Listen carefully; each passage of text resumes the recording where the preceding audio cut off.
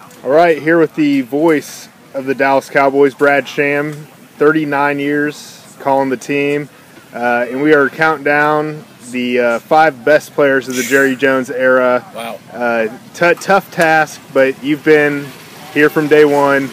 Brad, kind of who makes your cut? Well, that's so hard because there are more than 5 players in the Jerry Jones era that are in the Hall of Fame. And there are probably 5 that he drafted. It's impossible. Well, he didn't draft Michael Irvin. But it's impossible not to have the triplets be in that group. So as hard as it is with only 5, in whatever order you want to put them, Troy Aikman, Emmitt Smith, and Michael Irvin have to be on the list. So now we have 2 spots left. He drafted Larry Allen. He brought in Charles Haley. He brought in Deion Sanders.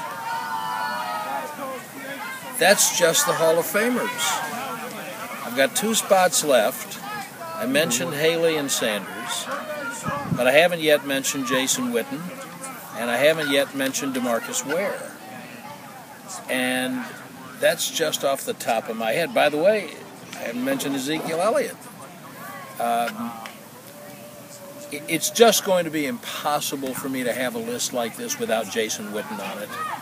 Because for me, whatever the Cowboys' Mount Rushmore is, forget about the years that Jerry's owned them. Witten's on it. Witten, for me, is with Lilly and Staubach and Aikman. And he's that caliber of person as well as player. So I've got Aikman, Smith, and Irvin. I've got Witten. Now what you're telling me is that I have 1 spot for Charles Haley, for Deion Sanders, for DeMarcus Ware, and I'm trying to search through the Rolodex of all of the rest of the great players that he has had. Tony Romo set all the passing records. Help me out. Give me Darren Woodson. Darren Woodson, of course, is a player that he drafted who is in the Ring of Honor and the all-time leading tackler. I love Woody, but he's not going to be in the top 5. I actually thought of him, and I thought, okay, that's going to be one of the guys who just didn't quite make it. My issue with Haley is that, well, and it would be the same issue with Sanders, that they did not play their most, and some might even say their best, football with the Cowboys. I don't think the Cowboys win Super Bowls, certainly the first 2, without Charles Haley. I'm absolutely convinced of that. And objectively, I think you could safely say that Charles, just in pure football playing, was probably a better player in San Francisco than he was in Dallas. Deion was a big part of their winning the Super Bowl in '95. Would they have won it without him? I don't know, but he's a Hall of Fame player. He's certainly one of the top cornerbacks ever to play the game. Deion's not going to be on my list, though, and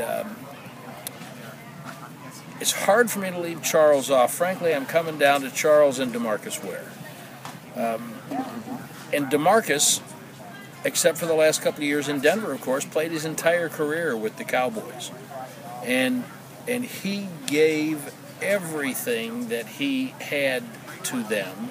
And I believe that DeMarcus Ware is not in the Hall of Fame because he hasn't been retired for 5 years.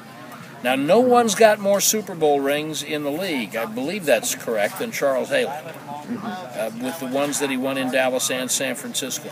And that's a big deal. But it is a team game. And so, because of the amount of time spent with the Cowboys, I'm going to make DeMarcus Ware my 5th one. The triplets, Witten and Ware. If there were 6, it would be Charles Haley.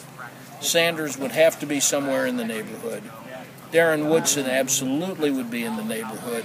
I think character counts. I think leadership counts. Woodson was so strong in those areas in addition to being a great player. Frankly, if I was talking about the top 10, I think Tony Romo would probably be somewhere on the list of Jerry's top 10 players, the top 10 players in the Jones era. And I'll tell you that Daryl Johnston would be very high on my list. Daryl, if you talk to the players on those teams, many of them will tell you that Daryl Johnston was the best football player. And because of that, I'd be very tempted to include Zach Martin.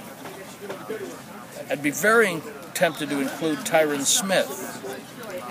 I think it's unfair to these other guys with those players still nearing the peak of their career. Maybe some of their best is yet to come. I think that's an unfinished book. So reluctantly, I will go with.